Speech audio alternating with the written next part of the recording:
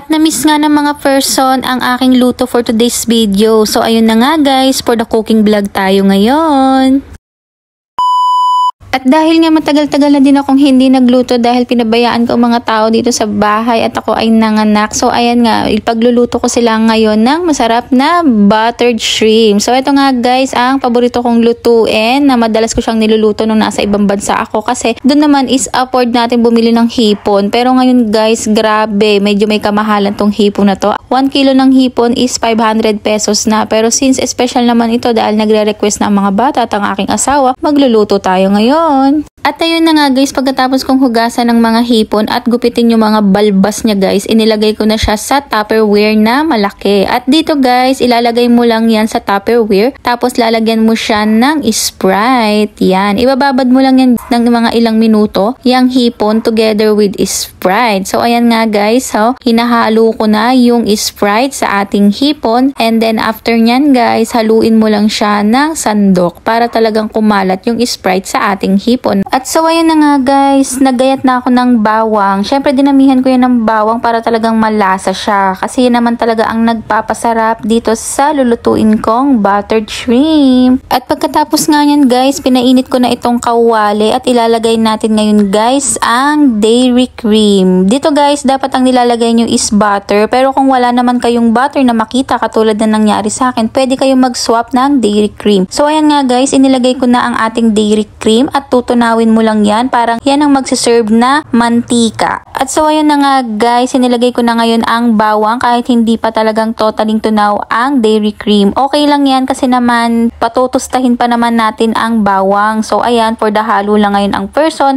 hanggang sa mag-brownish ang ating bawang. At dahil na-toasted na nga natin ang bawang, ilalagay naman natin ngayon ang hipon na binabad nga natin sa Sprite guys. So ayan nga, isali na lang natin siya sa ating kawali. At gagawin natin dyan, isahaluin na lang natin ulit yan guys para naman kumalat yung pinaka dairy cream niya na ingredients or yung parang ginawa nating mantika. So ayan nga guys, for the halo lang ngayon ang person. After nyan guys, lagyan na natin siya ng paminta, and then lagyan din natin ng magic sarap, and then ng asin. At pagkatapos nyan guys ay haluin natin siya ulit at takpan natin.